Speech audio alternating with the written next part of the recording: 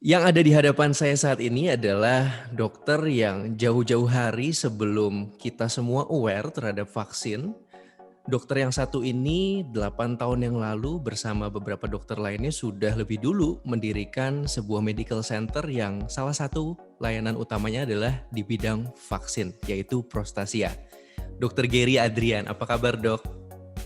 Halo, Dokter Marco. Kabar saya baik, puji Tuhan. Dokter Marco gimana? Sama-sama baik juga, puji Tuhan dok. Lama banget nggak ketemu, sehat ya? Sehat, puji Tuhan. Oke dok, malam ini saya pengen ajak dokter Gary ngobrol soal vaksin nih dok. Beberapa minggu terakhir ini vaksin tuh isu yang sangat panas ya, hot ya, karena kita membicarakan vaksin COVID-19.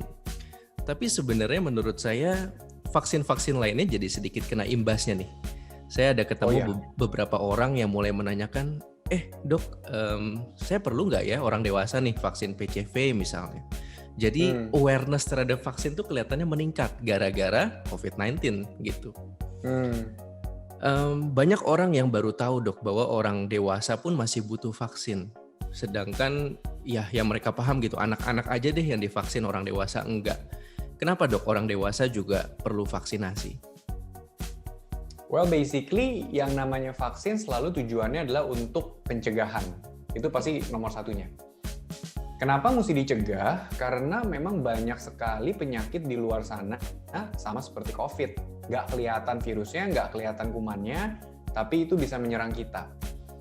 Mungkin juga karena sudah dewasa, ngerasa kalau daya tahan tubuh kita lebih tinggi, lebih kuat, lebih matang daripada anak-anak, dan merasa kalau kalau misalnya kebanyakan ke dokter-dokter umum ataupun ke dokter spesialis pun juga kebanyakan tuh jarang banget yang merekomendasikan setelah sembuh untuk divaksin.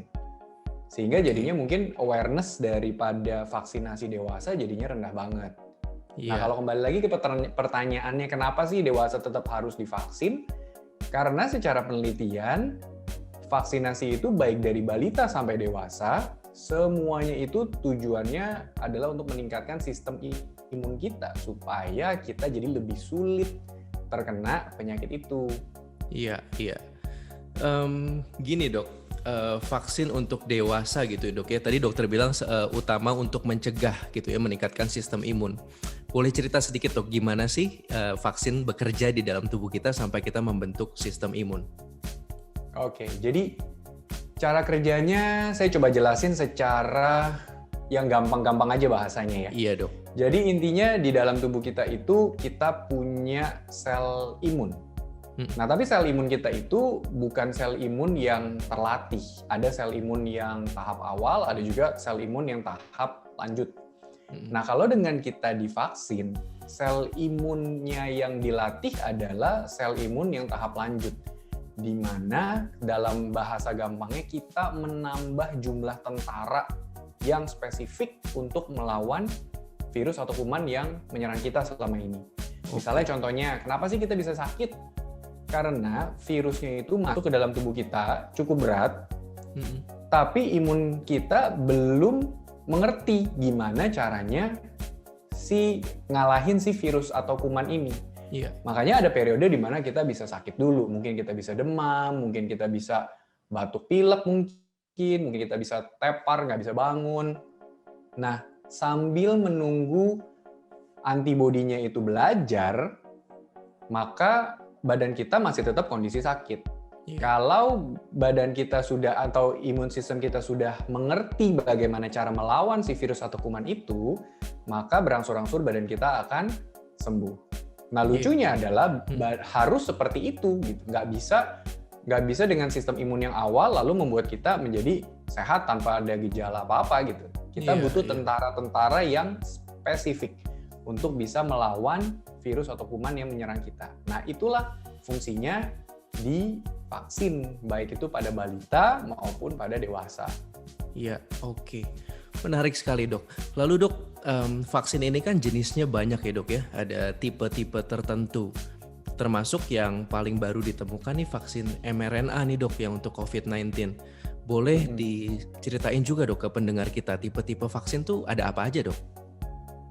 Sebenarnya kalau tipe-tipe vaksin tuh secara umum yang mudah dimengerti adalah vaksin itu kan isinya kita memasukkan virus atau kuman, Ya. baik itu yang sudah mati ataupun itu yang setengah mati atau yang dalam artinya dilemahkan, atau juga mungkin bisa ada partikelnya aja daripada virusnya atau kumannya, bisa juga dalam bentuk racunnya saja yang dimasukkan.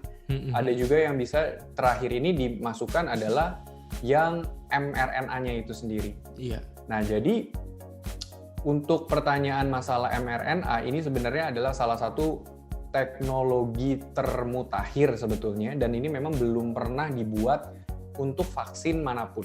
Iya. Jadi tujuannya adalah kalau kita bisa mengambil si mRNA-nya ini aja, diharapkan kita sama sekali nggak mungkin ada muncul gejala apapun daripada dimasukkan virus atau kumannya. Karena kan tetap aja, walaupun itu sudah mati atau dilemahkan, itu kan tetap virus, atau itu pun tetap kuman. Jadi tetap bisa menimbulkan reaksi, mungkin seperti demam, mungkin seperti ada gejala yang tidak nyaman di dalam badan kita. Tapi kalau misalnya hanya diambil genetiknya saja, yang membuat dia berbeda daripada yang lainnya, yang badan kita akan langsung dengan gampang menentukan, oh ini tuh si virus COVID nih, karena dia sudah dapat materi genetiknya, yaitu si mRNA-nya itu, maka badan kita diharapkan hanya cukup mengenali itunya aja, tapi sudah bisa langsung membuat antibodinya jadi lebih cepat dan lebih efektif. Iya, iya. Yang menarik juga dok tentang virus COVID-19 ini, sebagaimana semua virus lainnya, dia itu kan terus bermutasi dari waktu ke waktu. Kemudian banyak sekali didengungkan, lah gimana ini virusnya sudah bermutasi, mutasi lagi. Apakah kemudian vaksin ini tetap kita terima saja, masih efektifkah gitu? Sampai sejauh ini masih ada dua kubu yang menyatakan, yang pertama, kalau vaksinnya bermutasi, maka vaksin yang terdahulu nggak efektif. Kenapa? Karena vaksin itu sifatnya spesifik, antibodi kita sifatnya spesifik. Kalau anggaplah si virus COVID itu berkumis ya, si antibodi kita hanya akan mengenali si virus COVID yang berkumis. Tapi kalau dia bermutasi, kumisnya hilang lalu jadi jenggotan, maka kubu yang pertama menyatakan antibodi kita tidak akan bisa mengenali si COVID yang jenggotan itu, yang dikenali hanya COVID yang berkumis. Berkumis, iya. Ya, tapi kubu yang kedua menyatakan gini, ya anggaplah dia mutasi. Yang bermutasi itu kurang dari 1% dari the whole virusnya. Nah, jadi kubu yang kedua optimis kalau misalnya walaupun mutasinya itu ada, tapi hanya kurang dari 1%, diharapkan badan kita, antibodi kita masih lebih pintar, lebih cukup mengerti kalau ini adalah COVID yang dulu dia pernah belajarin. Iya. Penjelasan dokter tadi juga menjadi jawaban kenapa kita perlu vaksin influenza setiap tahun sekali gitu ya dok ya? Yes. Karena virus influenza itu juga berubah dari tahun ke tahun. Yes. Dok, kemudian ada vaksin yang mRNA, kemudian ada juga yang inactivated virus seperti Sinovac nih yang Indonesia udah punya saat ini. Kalau untuk menghadapi virus yang sudah bermutasi misalnya B117 itu, kira-kira vaksin yang akan tetap efektif apakah vaksin yang mRNA atau virus yang inactivated virus ini dok? Nah ini cukup tricky karena belum ada evidence-nya. Iya betul. Penelitiannya masih baru sangat-sangat tahap awal, dan ini pun juga vaksin yang ada pun kan baru selesai fase 3.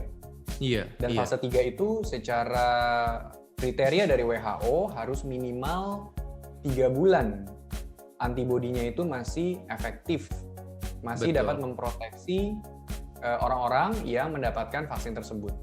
Nah, kita masih belum tahu apakah nanti yang inactivated ataukah yang mRNA itu bisa berdampak positif terhadap yang bermutasi-mutasi itu. Karena sampai sekarang belum ada, belum sampai sana research-nya. Betul. Dan kalau kita amati dok, diskusinya tuh sepertinya terbagi ke dua kubu juga dok sebenarnya. Ada yang bilang si vaksin Pfizer, Moderna yang memakai materi genetik mRNA kemungkinan katanya bisa lebih tahan terhadap mutasi yang terjadi. Tapi kemudian ada juga pendapat yang bilang bahwa karena vaksin Sinovac ini inactivated virus, dia adalah the whole virus, jadi justru katanya lebih bisa menghadapi mutasi nih, karena misalnya sebagian bermutasi tapi kan dia sudah kenal virusnya seutuhnya gitu. Ada pendapat yang kayak gitu juga, Dok?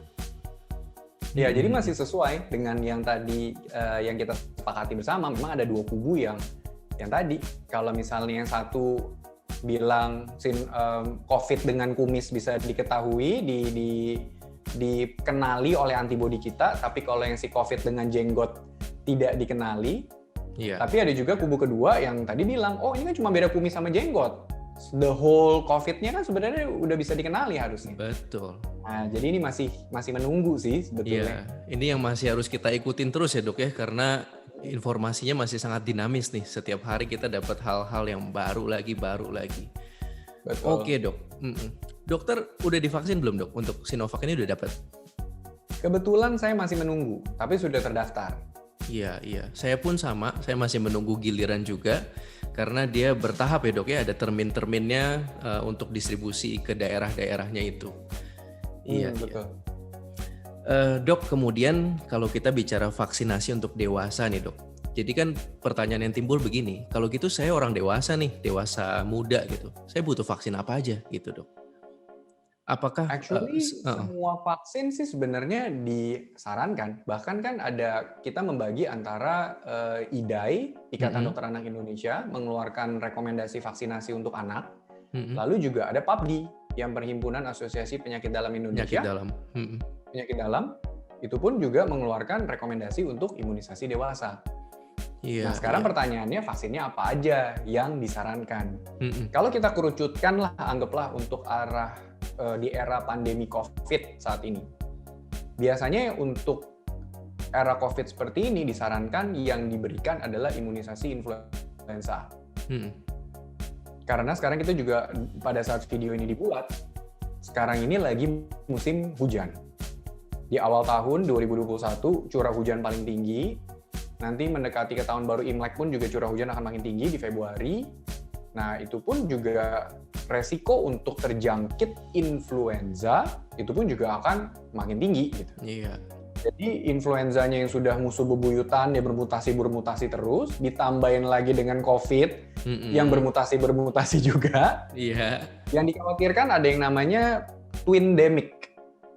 Jadi bisa ada pandemik dari si COVID, bisa juga nanti jadi pandemik lagi dari si influenza. Oh, twindemic ya, Dok ya?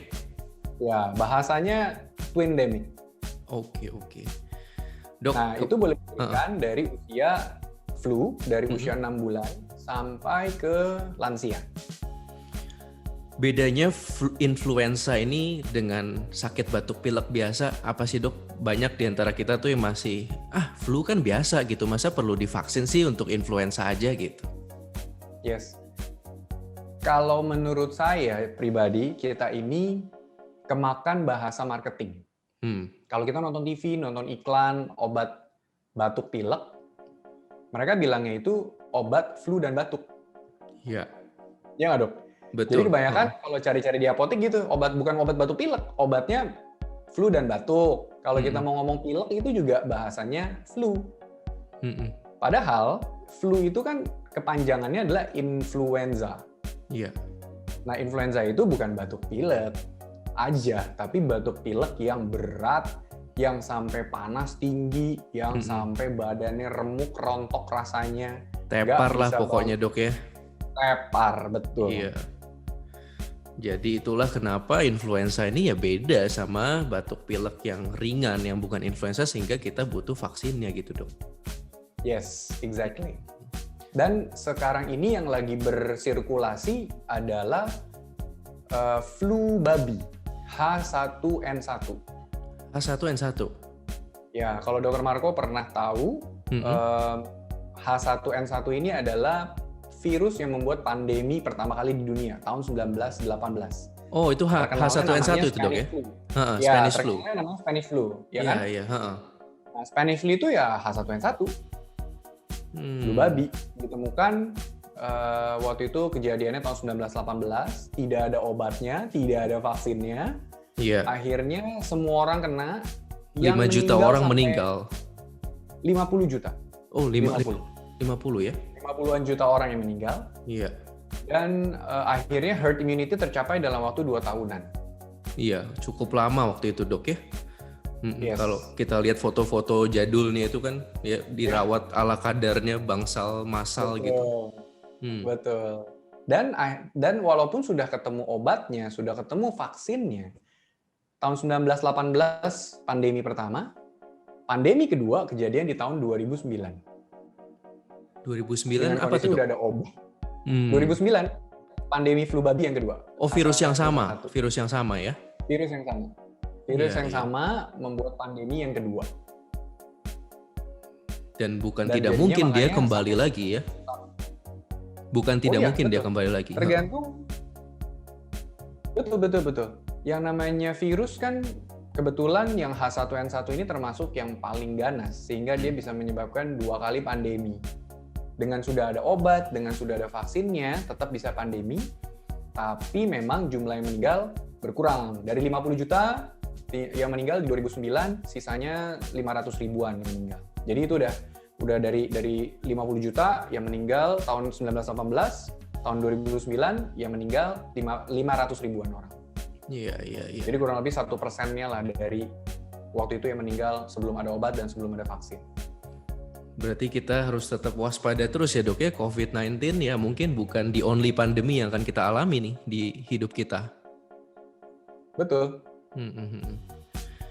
Dok, kemudian orang tuh banyak terjebak gini, Dok. Kalau istilah imunisasi anak-anak ya, mereka istilahnya imunisasi yang wajib apa sih? Sebenarnya kan bukan imunisasi wajib atau tidak, tapi imunisasi yang ditanggung pemerintah atau yang bayar sendiri gitu kan, Dok ya. Yes. Jadinya mereka tuh terjebak, oh yaudah anak saya imunisasi dasar aja, yaitu sebenarnya yang dicakup oleh pembiayaan pemerintah. Nah kalau orang dewasa nih, Dok, dia misalnya oke deh, dia udah ngerti, dia udah aware, saya pengen divaksin, influenza penting, kemudian dia misalnya mau pneumokokus juga penting. Apakah vaksin-vaksin ini bisa dia diborong gitu, Dok, di sekaligus misalnya di satu pertemuan dengan dokter, vaksin-vaksin apa yang bisa dibarengi dan mana yang nggak bisa gitu, Dok? Sebetulnya tidak ada batasan dalam satu hari itu divaksin berapa banyak. Saya pernah terakhir kali memvaksin teman saya karena kebetulan dia harus ke luar negeri dalam waktu 2 minggu lagi dan dia harus submit datanya karena dia mau sekolah ke Amerika waktu itu. Jadi dia minta tolong saya suntikin satu hari 6 vaksin. Oh, jadi nggak ada batasan ya, Dok ya? Tidak ada batasan. Cuman memang efek sampingnya jadinya lebih kelihatan. Setelah divaksin 6 dia jadi demam. Oke. Tapi intinya tidak ada batasan per hari apakah mau disuntik 2, suntik 3, suntik 4. Tapi untuk faktor kenyamanan, biasanya kita tidak lebih dari 2 kali suntik. Jadi kan bisa di bahu kiri, bahu kanan. Setelah itu kalau mau yang lain lagi, ya berarti kan harus cari tempat yang lain lagi tuh. Tapi itu udah dengan kondisi tangannya udah dua-duanya udah disuntik. Gitu. Iya. Begitupun untuk anak-anak ya, Dok ya, sebenarnya ya karena alasan kenyamanan aja kita batasi gitu ya. Betul. Dok, tadi dokter udah singgung bahwa ya ada orang yang demam tuh habis divaksin yang 6 itu. Kenalkan sedikit, Dok, tentang KIPI atau kejadian ikutan pasca imunisasi. Seberapa sering sih itu, Dok? Kejadian ikutan pasca imunisasi itu adalah sebenarnya sesuatu yang kalau bagi kita sebagai tenaga medis, dokter, kalau jujur, kalau pasiennya ada KIPI, saya lebih seneng. Kenapa tuh, Dok? Bukan seneng artinya mendoakan dia, oh ya jadi sakit nih, jadi kenapa gitu setelah divaksin. Tapi kita jadi yakin kalau yang divaksin itu potensinya masih baik, antibodinya pun juga akan merespon dengan baik sehingga dia muncul KIPI-KIPInya. Apakah hanya sebatas tangannya pegel? Apakah hanya sebatas badan-badannya pegel yang ringan ya tentunya? Iya. Jangan yang sampai anafilaksis, itu juga saya nggak mau. Betul, ya. Yang juga pasiennya betul.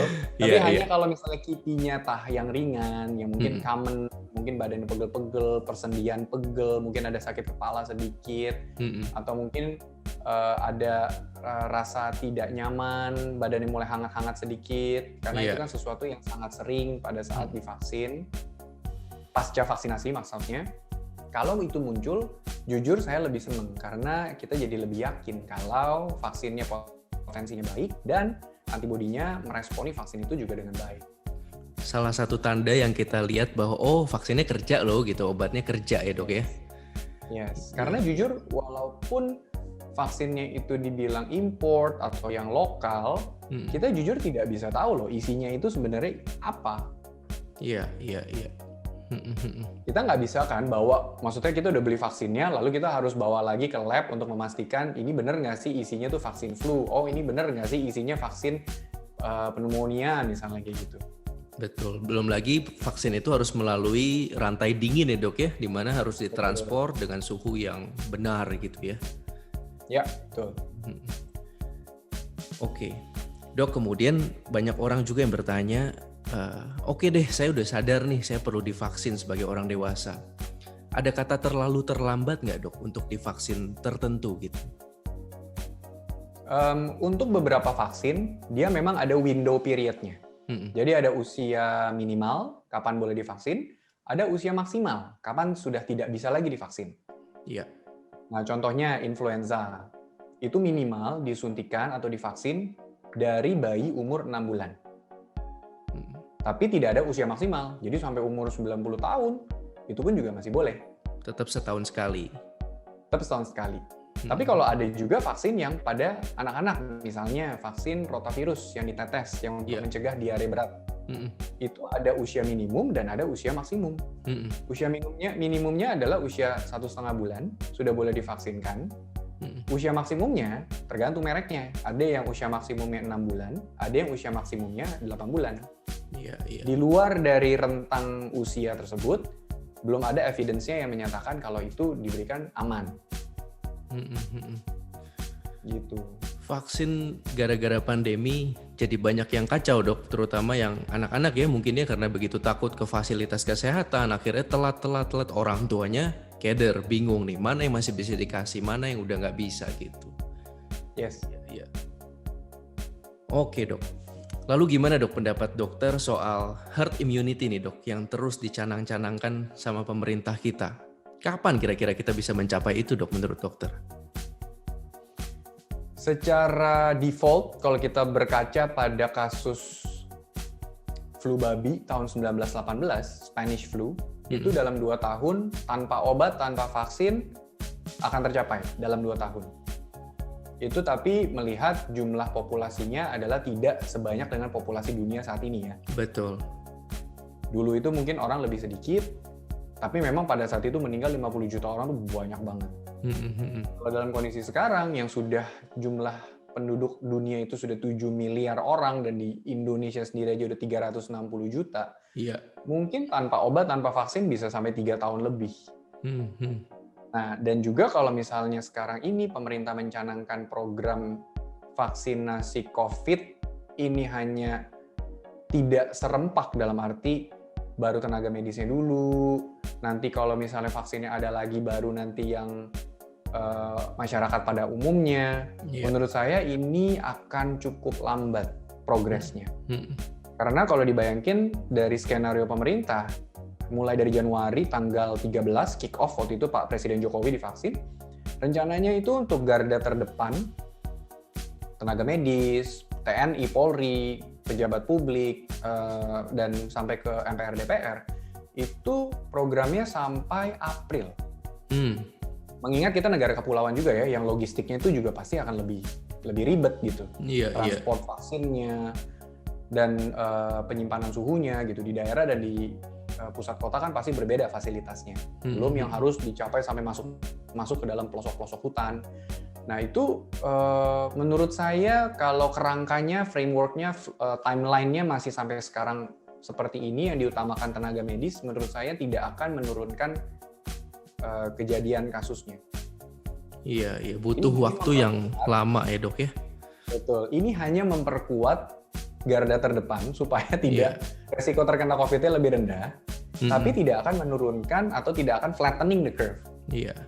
Tapi ya yang terjadi di lapangan euforianya tuh kayak vaksin jalan terang gitu loh. Jadi rasanya kayak sudah siap-siap mau lepas masker padahal kenyataannya kita masih cukup jauh gitu dari situ. Yes, tapi kalau berkaca juga melihat di negara tetangga yang misalnya seperti di Thailand, di Vietnam, itu mereka udah zero case yang Iya, saya tahu. betul. Di Australia, Australia Barat pun mereka pun juga udah banyak yang sudah zero case. New Zealand sudah zero case. Iya. Jadi sebetulnya WHO juga bilang kalau vaksin ini bukan menjadi juru selamat. Vaksin itu membantu, ya. Apakah dengan vaksin lalu penyakitnya hilang? Harapannya begitu, tapi tidak secepat itu. Betul. Karena sekarang ini penelitiannya aja masih ongoing. Kita nggak tahu nih dengan kita divaksin COVID yang ini, apakah akan bisa memproteksi jangka panjang. Iya. Belum tahu seberapa panjang tuh. Yang kedua, vaksinnya sendiri pun juga butuh waktu untuk bisa aktif. Dia tidak langsung seperti obat yang langsung memberikan efek ke kita. Tapi dia butuh waktu kan, 2 minggu, sebulan, baru bisa terbentuk antibodinya. Kalau dengan melihat dari Sinovac atau vaksin lain yang butuh 2 dosis, berarti kita harus tunggu setelah dosis kedua plus sebulan lagi. Betul. Baru antibodinya efektif, betul nggak? Iya. Anggaplah kalau Dr. Marco disuntik sama kayak presiden nih, tanggal 13 Januari gitu ya. Iya. Lalu 2 minggu lagi dari situ kan berarti sekitar tanggal 27 Januari. Which is kurang lebih beberapa hari lagi nih dari sekarang. Lalu tambah lagi sebulan. Berarti kurang lebih itu udah di akhir Februari antibodinya baru aktif. Nah, By mendengar the meantime, kita menunggu antibodinya itu bekerja, kan kita bisa aja kena COVID. Betul. Jadi pesannya satu nih sebenarnya mendengarkan ini semua, vaksin itu bukan semata-mata yang Dokter Giri bilang juru selamat gitu. Kita harus tetap ketat lah menjalankan protokol kesehatan itu ya Dok ya. Betul. Oke Dokter Giri, ada pesan akhir Dok buat pendengar kita, mungkin yang masih takut di vaksin Sinovac mungkin. Any closing statement? Kalau saya boleh bujuk sebetulnya, vaksin itu adalah penemuan paling mutakhir di kedokteran untuk sisi pencegahan penyakit. Karena dari zaman dulu manusia itu mencoba untuk membuat dirinya lebih kuat, membuat dirinya lebih kebal terhadap penyakit-penyakit yang sebetulnya bisa membunuh kita. Iya.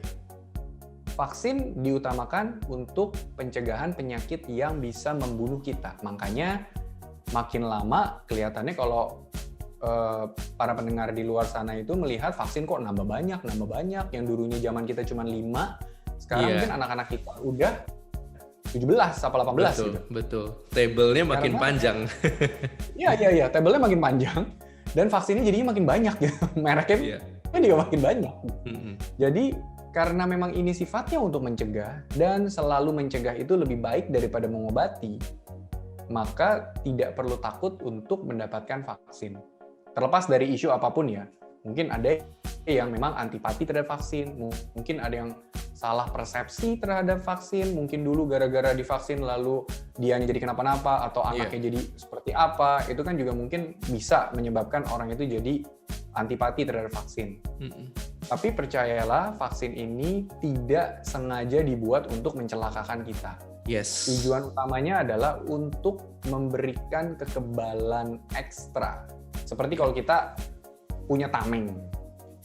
Kitanya sehat, tapi kita punya tameng aja lagi supaya kita bisa punya kekebalan tambahan sehingga kalau virusnya yang betulan datang, kita sudah bisa mengenali dengan lebih gampang antibodi kita. Dan walaupun sudah divaksin, selalu ingat ini bukan juru selamat dan vaksin tidak memberikan efek langsung, secara langsung. Dia butuh waktu 1 bulan untuk bisa terbentuk antibodi yang bisa efektif melawan si virus atau si kumannya tersebut. Jadi walaupun sudah divaksin bukan berarti bisa langsung party.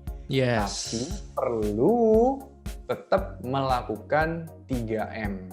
Iya. Oke.